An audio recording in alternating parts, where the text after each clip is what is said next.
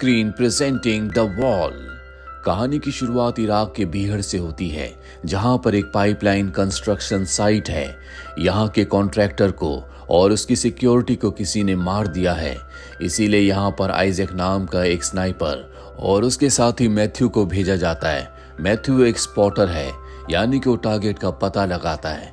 ये दोनों के दोनों अमेरिकन सोल्जर्स हैं।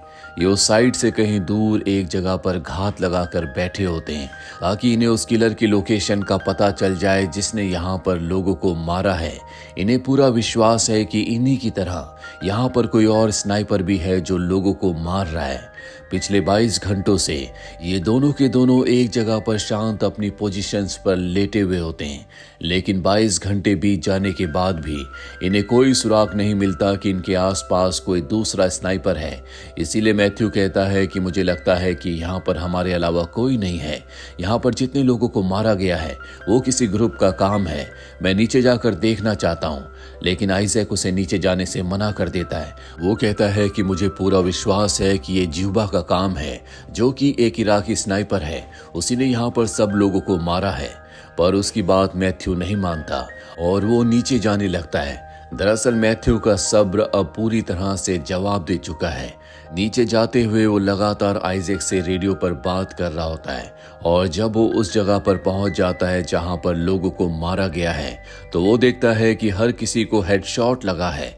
वो समझ जाता है कि यहाँ पर कोई ना कोई स्नाइपर है, पर इससे पहले कि वो कुछ कर पाता, उसके पैर पर गोली लगती है। वो वहीं जमीन पर गिर जाता है। आइजैक ये देख लेता है। वो अपने साथी को बचाने के लिए उसकी तरफ भागता है, पर वो जिगजैग भाग रहा होता है, क्योंकि उसे पता है कि स्नाइपर उस पर भी निशाना लगाएगा।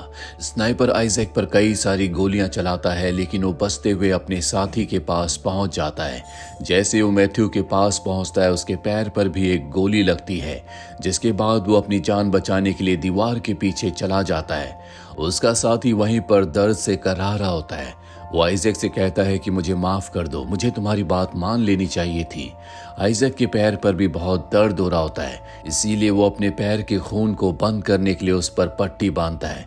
इसके बाद वो अपना रेडियो निकालता है ताकि हेडक्वार्टर कॉल करके वो यहाँ पर मदद मंगवा सके, लेकिन वो देखता है कि उसके रेडियो का एंटीना टूट चुका है, जिसका मतलब ये है कि वो अपने हेडक्वार्टर से कांटेक्ट नहीं कर सकता।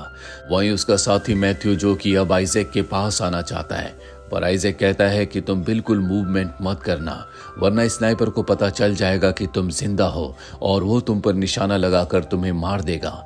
जिस तरह से तुम वहां पर लेटे हो, बिल्कुल उसी तरह से लेटे रहो। इसके बाद वो दीवार के खोल में स्पॉटर लगा देता है, ताकि स्पॉटर की मदद से उसे दूसरे स्नाइपर की लोकेशन का पता चल जाए और वो उस पर निशाना लगाकर उसे मार दे। साथ ही उसके पैर में बहुत दर्द हो रहा होता है, इसीलिए वो अपने पैर में लगी गोली को निकालता है। बहुत ज्यादा खून बहने की वजह से वो बेहोश हो जाता है। कुछ देर के बाद जब उसे होश आता है, तो उसके रेडियो में किसी की आवाज आ रही होती है। दरअसल कोई उसे कांटेक्ट करने की कोशिश कर रहा है। आइजैक उससे बात करता है। आइजैक बताता है कि हमें गोली लगी है, कोई हमें यहाँ पर मारने की कोशिश कर रहा है, हमारे आसपास कोई स्नाइपर है जिसकी लोकेशन का हमें नहीं पता। दूसरी तरफ से आ रही आवाज उससे पूछती है कि तुम मुझे अपनी लोकेशन बताओ। आइजैक बताता है कि मैं पाइपलाइन कंस्ट्रक्शन वाली साइट पर हूँ, मेरे साथ मेरा साथी भी है। इसके बाद वो आवाज कहती है कि मुझे अपनी एग्जैक्ट लोकेशन बताओ, या जहां पर तुम हो वहां पर खड़े हो जाओ, या हवा में फायर करो ताकि हम तुम तक पहुंच जाए। आइजैक समझ जाता है कि ये कॉल उसके हेडक्वार्टर से नहीं आया, बल्कि ये उसी स्नाइपर का है जिसने उसे गोली मारी है, क्योंकि जो सवाल वो उससे पूछ रहा होता है वो सब रूल्स के खिलाफ हैं। आइजैक उसके एक्सेंट को ध्यान से सुनता है। उसे समझ में आ जाता है कि ये कोई अमेरिकन नहीं है, दरअसल ये उसी इराकी स्नाइपर का कॉल होता है।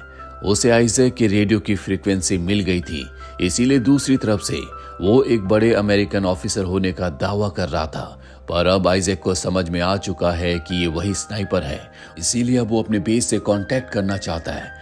पर वो स्नाइपर कहता है कि अगर तुमने मुझसे बात नहीं की तो मैं तुम्हारे साथी को मार दूंगा। मुझे पता है कि वो अब भी जिंदा है, इसीलिए मजबूरी में आइजैक को उससे बात करनी पड़ती है। वो आइजैक से कई सारे सवाल पूछता है, लेकिन आइजैक उसके हर एक सवाल का जवाब नहीं देता। आइजैक को बहुत प्यास लगी होती है।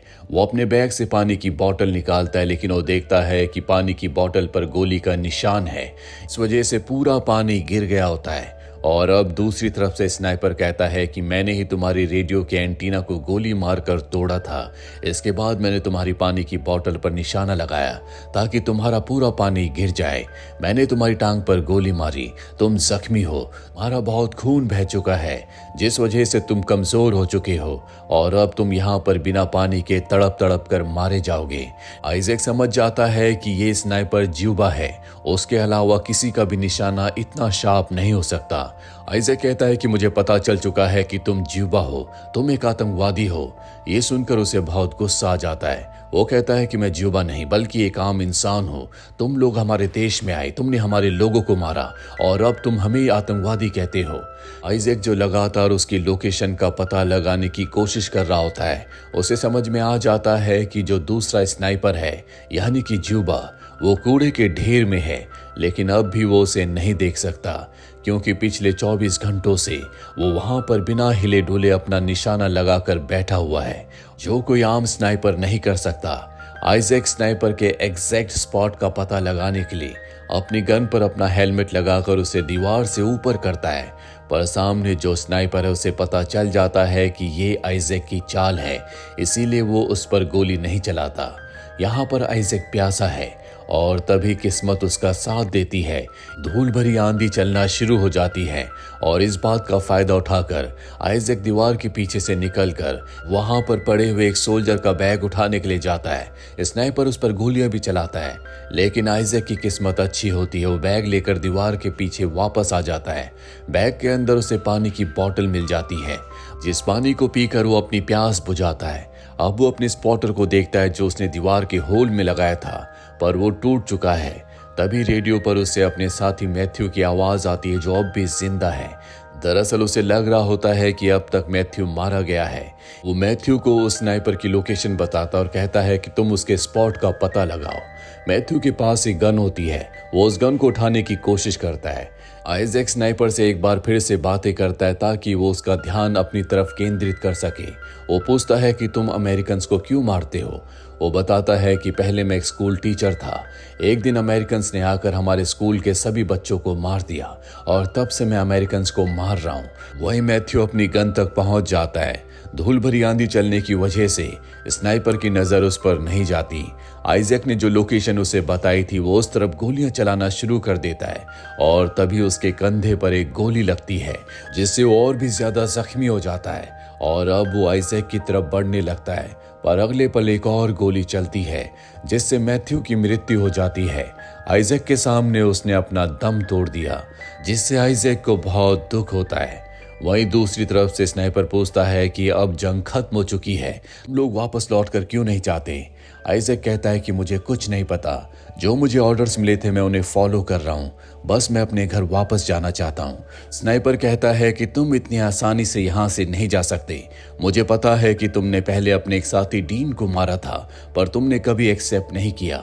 ये बात सुनकर आइजैक हैरान हो जाता है क्योंकि ये सच है और वो इस बात को एक्सेप्ट करता है। साथ ही वो कहता है कि मैं समझ चुका हूँ कि तुम ज्यूबा हो, तुम्हें अमेरिकन्स ने ही ट्रेनिंग दी थी, इसके बाद तुम उन्हीं के खिलाफ हो गए और अब तुम उनके साथ धोखा कर रहे हो। वो कहता है कि मैं किसी के साथ धोखा नहीं कर रहा। ने कहा था कि ये जंग खत्म हो चुकी है और अगर जंग खत्म हो चुकी है तो तुम सबको यहाँ से वापस चले जाना चाहिए। आइजैक कहता है कि यहाँ पर एक पाइपलाइन बन रही है जिससे इराक को फायदा होगा। ज्यूबा कहता है कि अमेरिकन्स कभी किसी का फायदा नहीं कर सकते और अब यहाँ पर आइजैक को अपने रेडियो पर कुछ हलचल सुनाई देती है। वो रेंगता हुआ अपने रेडियो के पास जाता है जहाँ पर उसे दूसरी तरफ से अपने बेस से आवाजें आ रही होती है जो कि उसके कैप्टन की है, पर उसकी आवाज दूसरी तरफ नहीं जा रही होती क्योंकि उसका रेडियो खराब है। ज्यूबा आइजैक बनकर उसके कैप्टन से बातें करता है और कहता है कि यहाँ पर सब कुछ ठीक है, बस तुम मुझे यहाँ पर लेने आ जाओ। और अब आइजैक को समझ में आ जाता है कि इससे पहले जब रेडियो पर उन्हें कॉल आया था और उनसे मदद मांगी गई थी तो वो यहाँ के वर्कर्स की नहीं थी बल्कि वो ज्यूबा ने ही किया था। ज्यूबा ने अपने रेडियो को अमेरिकन चैनल पर ट्यून कर रखा है और अब जो भी आइजैक की और मैथ्यू की मदद करने के लिए आएंगे ज्यूबा उन्हें भी मार देगा, पर वो कुछ नहीं कर सकता क्योंकि वो बहुत जख्मी है, उसका बहुत खून बह चुका है, साथ ही वो बहुत ज्यादा थका हुआ है, इसीलिए वो बेहोश हो जाता है। पर कुछ ही देर बाद उसके पैर पर एक क्रो बैठता है जिससे उसकी आंख खुल जाती है उसे अपने आसपास कोई हलचल सुनाई नहीं देती। वो समझ जाता है कि जो दूसरा स्नाइपर है वो भी सो चुका है, इसीलिए एक लकड़ी पर रस्सी बांधकर अपने साथी मैथ्यू की गन को अपनी तरफ खींच लेता है और उस कचड़े के ढेर पर गोलियां चलाता है। और तभी उसे हेलीकॉप्टर के आने की आवाज सुनाई देती है, जो कि एक अमेरिकन हेलीकॉप्टर है। ज्यूबा के कहने पर यह हेलीकॉप्टर यहाँ पर आया है। इसका मतलब यह है कि ज्यूबा इन्हें भी मार देगा। इसीलिए उन्हें बचाने के लिए आइजैक अपने सामने की दीवार को गिरा देता है, जिससे चारों तरफ धूल उड़ने लगती है। जिसके बाद वो कचरे के ढेर पर कई सारी गोलियां चलाता है, लेकिन वहां से कोई गोली नहीं चलती। आइजैक समझ जाता है कि ज्यूबा मारा गया, इसीलिए वो खड़ा हो जाता है। जिसके बाद हेलीकॉप्टर उसके पास लैंड करते हैं। उसे स्ट्रेचर पर लेटाकर वो हेलीकॉप्टर में ले जाते हैं। हालांकि वो अपने साथी सोल्जर्स को बताता है कि कचरे के ढेर में ज्यूबा छुपा हुआ था, एक बार फिर से तुम्हें वहां पर चेक कर लेना चाहिए। और हेलीकॉप्टर का शोर इतना ज्यादा होता है कि उन्हें उसकी बात समझ में नहीं आती और वो उसे लेकर यहाँ से टेक ऑफ करते हैं। और तभी ज्यूबा, जो कि अब भी कचरे के ढेर में छुपा हुआ है, वो हेलीकॉप्टर पर गोलियां चलाता है और एक एक करके पायलट के साथ सभी सोल्जर्स को मार देता है, जिस वजह से हेलीकॉप्टर क्रैश हो जाता है और इस क्रैश में आइजैक की भी मृत्यु हो जाती है।